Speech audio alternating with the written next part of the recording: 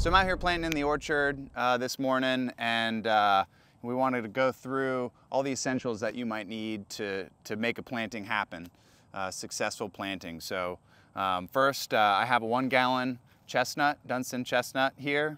I have a full 5 gallon bucket of water.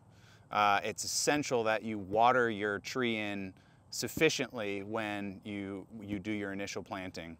I also have a second bucket, which I have a very small hole punctured in. This can act as a minor cistern to catch water and do a little bit of drip irrigation over time. I like to make that hole as small as possible. But remember, if you make a real small hole, it can clog up with mold, leaves, so you want to keep that maintained. And then over here, I have a ground cloth. This is our weed mat, and this is going to help to reduce the competition as the tree grows over the next year. It does a wonderful job at keeping weeds and grass out of the root system of the tree.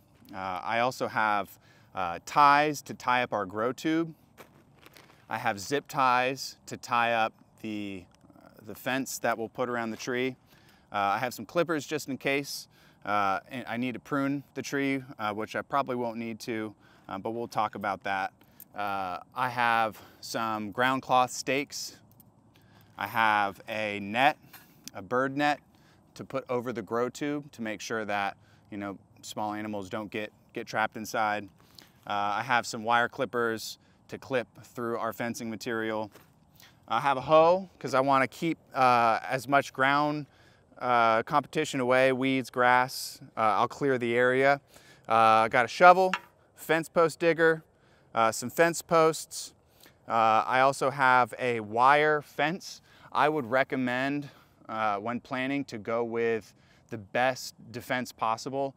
This fence is going to keep anything out with these fence posts. It's a great structure. If you want to, you can use something like a deer netting. This is a really thin netting. You could use chicken wire, but I recommend making the investment and getting that fence. And then finally here I got our grow tube, which I'll set over the tree. And the grow tube acts as a nice protection from the elements.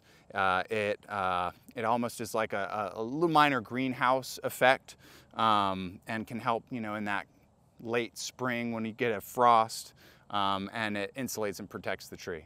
So this is all the stuff you need to make a successful tree planting. It's a pretty simple, quick Lowe's trip or Home Depot trip or Walmart trip, and you got everything you need.